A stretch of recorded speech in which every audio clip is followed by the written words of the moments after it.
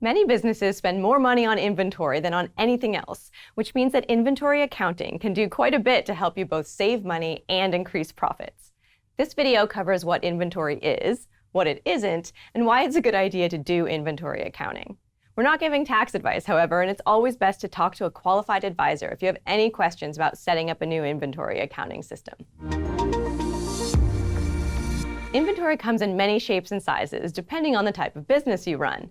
There are three main categories of inventory, though. The first is merchandise that your business resells, like the items for sale in your shop, plus all the stock you've got stored in your warehouse, for instance. In other words, all the items you've bought with the intention of selling to your customers, either as is or combined with other products. Then there are products that your business might install. Plumbers, for example, might sell gaskets and new faucets as part of a repair job. And then there are goods your business makes or manufactures. Now, here are a couple things that are not inventory. Equipment and supplies that you've bought to run your business, such as work tools or vehicles, stationery, those are not inventory. These are usually accounted for as assets or expenses.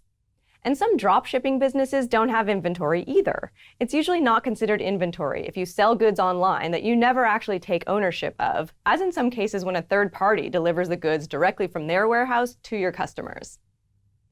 Now that we have a sense of what inventory is, let's get into why it's important to account for it properly.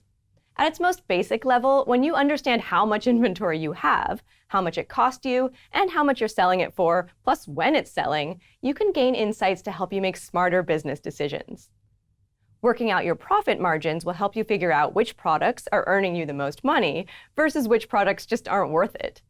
This can help you identify what types of products to focus on if you want to grow your business. Inventory accounting can also help you understand your seasonal sales cycles. What sells better in summer compared to what sells in the winter? You want to have enough stock on hand so you don't run out of popular items during their season, but not so much that all your cash is tied up in goods that customers won't want again for several months. You can also minimize the likelihood that stock will expire, become outdated, or even get damaged or stolen just because it's sitting around too long.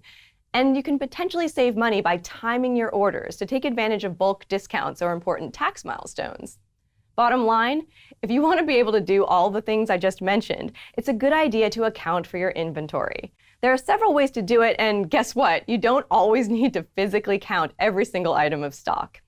We cover your options in our next video, so be sure to check out how to manage inventory. And as always, thanks for watching our small business guides.